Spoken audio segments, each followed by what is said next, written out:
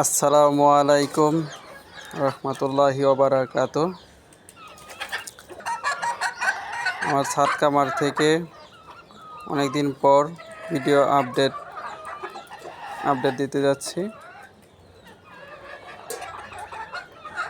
আমার মুরগিগুলো এটি সবগুলো ডিম পাড়া মুরগি। আমরা প্রায় প্রতিদিন 3 থেকে 4টা ডিম পাই। প্রায় এখানে 20টার মতো মুরগি আছে। সবগুলো মুরগি প্রায় ডিম পাড়ার উপযোগী হয়ে গেছে। এখানে অনেকগুলো দিয়ে আবার অনেক বাচ্চাও তুলেছি। মুরগিগুলো মোটামুটিভাবে ভালোই ডিম দেওয়া শুরু করছে। প্রত্যেকে যদি ছাদে জায়গা থাকে তাহলে সবাই কিছু না কিছু দেশি মুরগি পালন করতে পারে। আর দেশি মুরগি পালন করলে এদের রোগবালাই খুবই কম হয়, আর রোগের সংখ্যা খুব কম।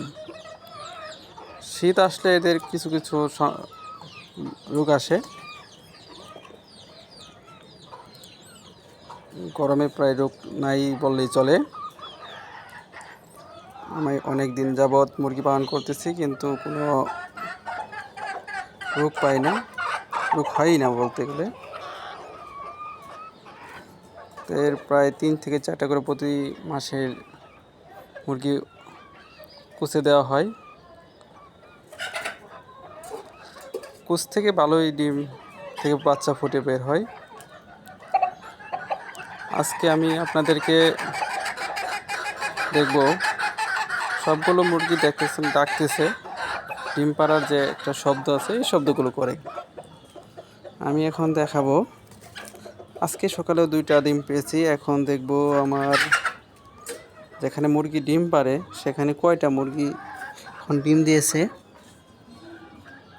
আমার এই জায়গাটা মোটামুটি উপরে এটা সমস্যা, প্রায় ভিজা থাকে। দেখি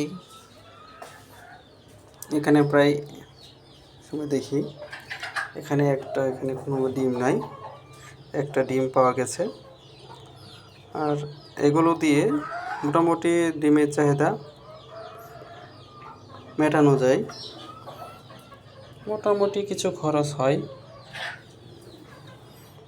প্রায় আমার 20টা মুরগি আছে, আরও বাচ্চা আছে 30-40টা মতো হবে। এখন এই বাচ্চাগুলো যদি বড় হয় তাহলে আরেকটা সেট তৈরি করতে হবে। আমার ছাদ খামারে মোটামুটি এখানে সবজি, কবুতর পালন এবং মুরগি এগুলো আমি নিজেই পালন করি।